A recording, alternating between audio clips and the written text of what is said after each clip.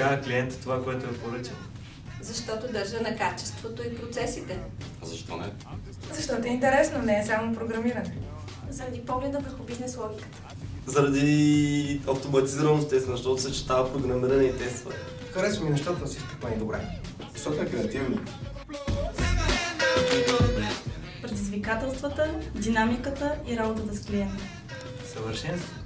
Комуникацията с различни хора. Шах. Обичам да контролирам. Динамиката и автоматизация. Истината е, че ми харесва да не откривам бъгове.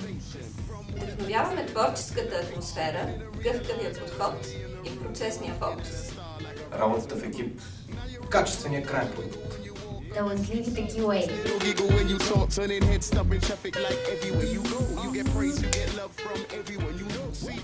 Ти беше, нали?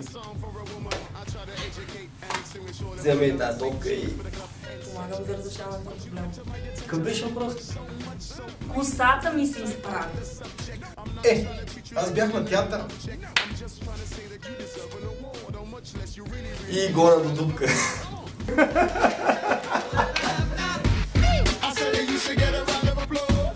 Моето Visual Studio, Microsoft SQL Server, SQL Server Reporting Services, SQL Server Integration Services, Rational Performance Tester, Selenium, GroovyScript, Java.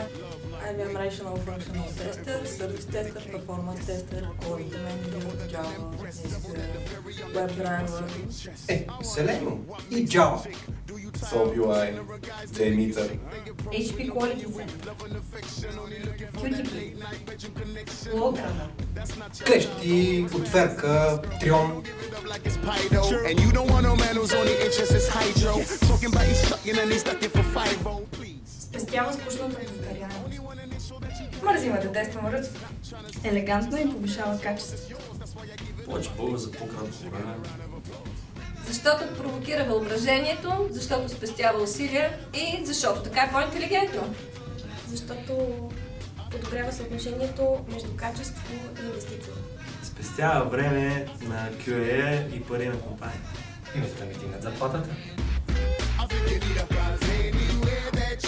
Какъв беше въпрос?